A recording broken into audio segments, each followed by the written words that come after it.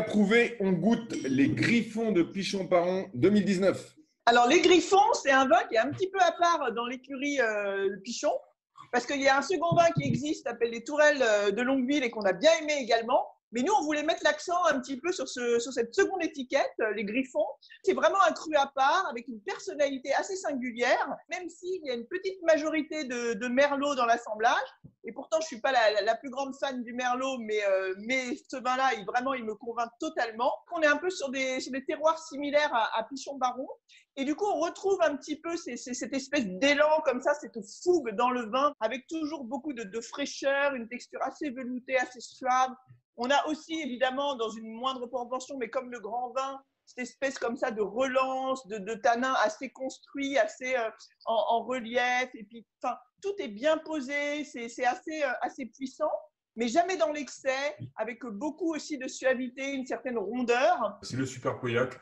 Le présenter comme le second vin de Pichon-Baron, ça serait presque une erreur. C'est un grand vin à lui seul. Il aurait pu faire l'objet d'un grand vin chez un autre château. Et on a un Cabernet Pauillacé plein de classe, avec un vrai raffinement. Alors, c'est sûr qu'on n'atteint pas la finesse suprême du grand vin, mais enfin, si tu te mets dans une configuration où ça serait le grand vin d'un château, bah, ça ne dénote pas, quoi. Au contraire, hein, c'est une très bonne réussite. Hein. Et puis, je pense qu'en termes de rapport qualité-prix, là aussi, ça se tient, quoi. C'est un très, très joli vin. Hein. Donc, vraiment, Pauillac dans toute sa splendeur.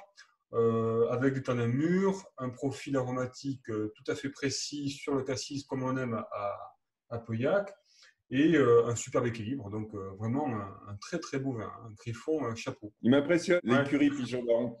Ils sont très forts. Ils ont un grand vin qui est très singulier et ils ont ce Griffon qui est très Pauillac. On retrouve cette structure, cette puissance, ce cassis.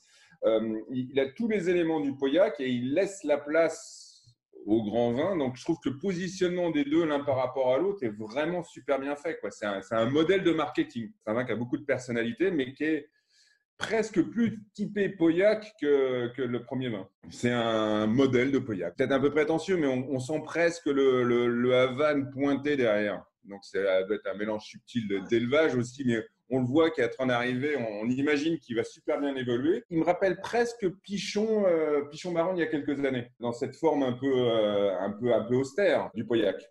Donc, belle bouteille. Quelle note tu mets? Ouais, je pense qu'on peut aller à 17. Je trouve qu'il y a vraiment de la percussion, quoi. C'est bam, bam, bam, quoi. Ça hésite pas, ça va droit au but, j'adore ça.